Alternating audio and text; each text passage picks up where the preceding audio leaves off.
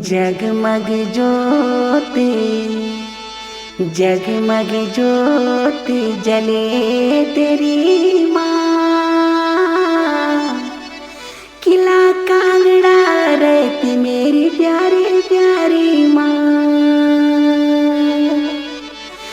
जगमग ज्योति जगमग ज्योति जले तेरी माँ, किला कांगड़ा रहती मेरी ज्वाला माई माँ। किला कांगड़ा रहती मेरी ज्वालामुखी माँ। जय माता दी। भाई और बहनों, आज मैं माँ भगवती ज्वाला की छोटी सी कहानी सुनाऊंगा। आपको जरूर पसंद आएगी और आप मेरे इस वृत्तांत चैनल को सब्सक्राइब और लाइक शेयर करना न भूलें और माता की इस कथा को अपने जन जन तक पहुंचाने का काम करेंगे, ये मैं उम्मीद आपसे रखता हूँ। जय माता दी। भाई बहनों, जय माता दी। जब भगवान भोलेनाथ माँ सती का जला शरीर पूरे ब्रह्मांड में घुमा रहे थे, उस वक्त जहाँ माँ की जिभ्या गिरी, माँ की जिभ्या शिवालिक पहाड़ियों में गिरी, वहीं पर माँ ज्वाला रूप में प्रकट हुई।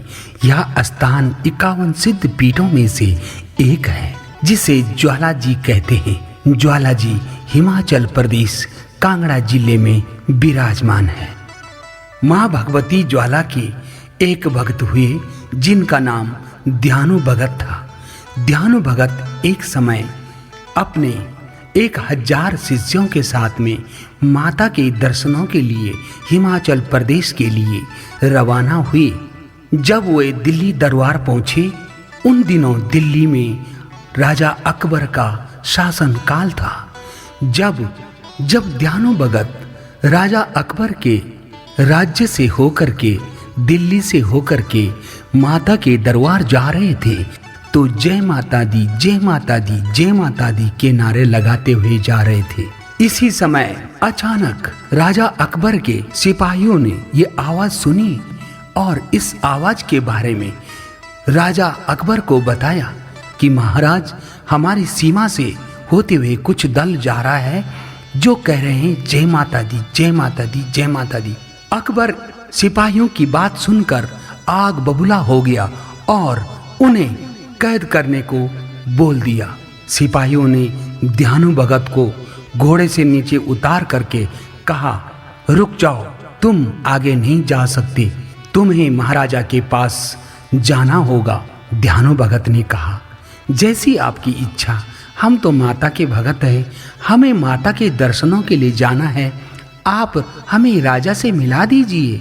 जब ध्यानु भगत महाराजा अकबर के दरबार में हाजिर हुए तो महाराजा अकबर ने उन्हें डांट कर कहा, तुम कौन हो और कहाँ जा रहे हो? ये जय माता के जो आप नारे लगा रहे हो, किस लिए लगा रहे हो? कौन है तुम्हारी माता? उस माता के विषय में मुझे बताओ तो मैं तुम्हें जाने दूं।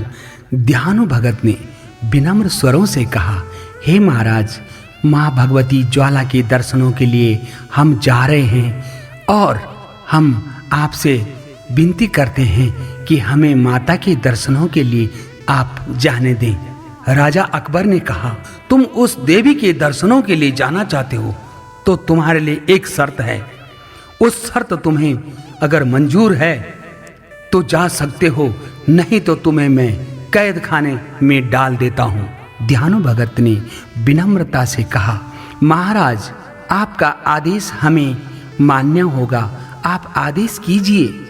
महाराजा अकबर ने कहा, ध्यानु भगत सुन ले, जिस घोड़े में तू बैठ के आया, मैं तेरे इस घोड़े का सर कलम करवा देता हूं। अगर ये सर तुम्हारे वापस आते तक जुड़ गया तो ठीक है, तुम्हारी यात्रा मैं तुम्हें आगे जाने दूंगा, यानी तुम्हें तुम्हारे घर जाने दूंगा। नहीं तो अगर घोड़े का सर नहीं जुड़ा तो मैं तुम सबके सर कलम करवा दूंगा। शर्त मंजूर है? दयानु भगत ने कहा, महाराज आपकी शर्त हमें मंजूर है, ये सब माँ का आशीर्वाद है।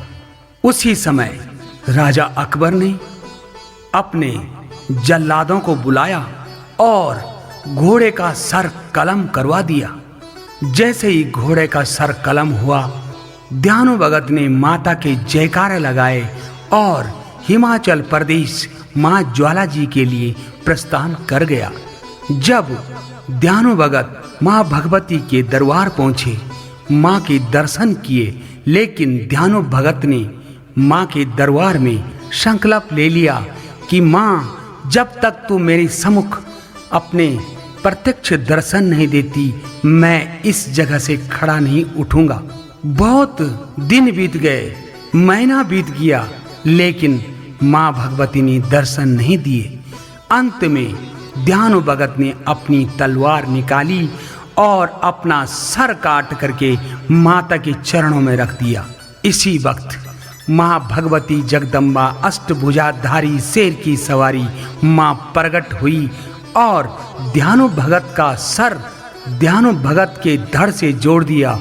और जैसे ही दयानु भगत का सर दयानु भगत के धड़ से जुड़ा, वैसे ही दिल्ली में घोड़े का सर घोड़े के धड़ से जुड़ गया।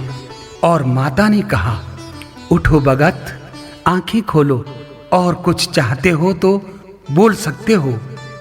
दयानु भगत रोते हुए बोला, हे माँ, तुम्हारे दर्शन तो हो गए, किंतु माँ, अब हमारी मृत्यु निकट है।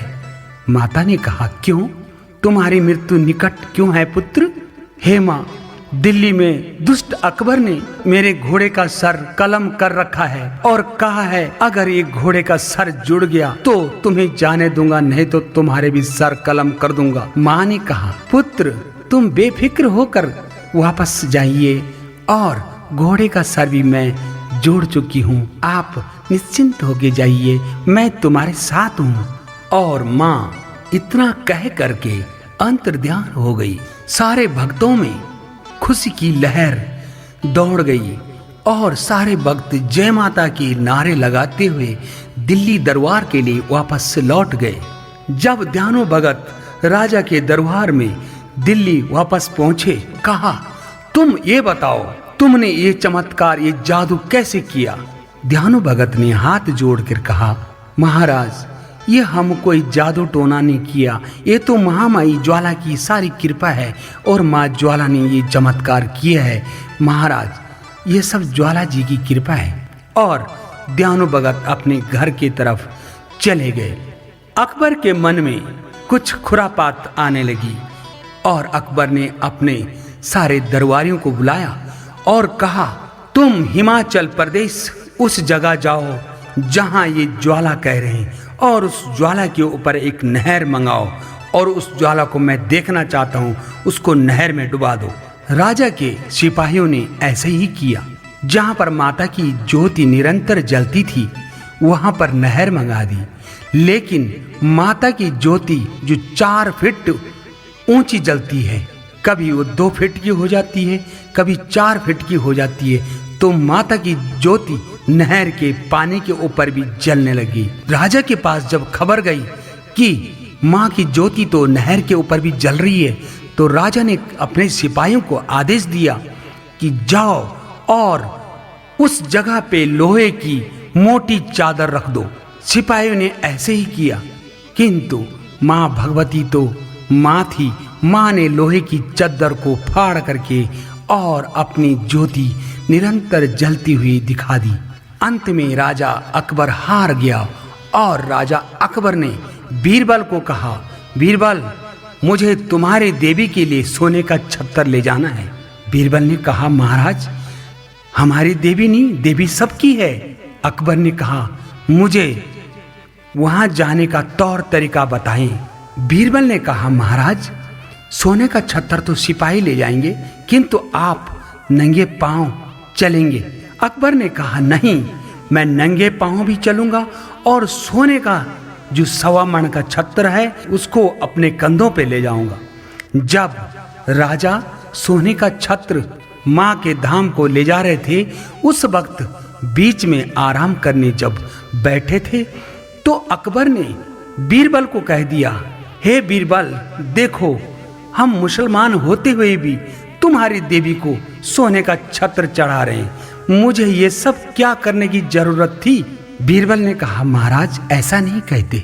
अकबर के दिमाग में एक ही बात घूम रही थी, मैं मुस्लिम राजा होते हुए और हिंदू देवी देवताओं को मैं इतना भाव क्यों दे रहा हूं, यानी मुझे छत्र चढ़ाने की क्या जरूरत पड़ी।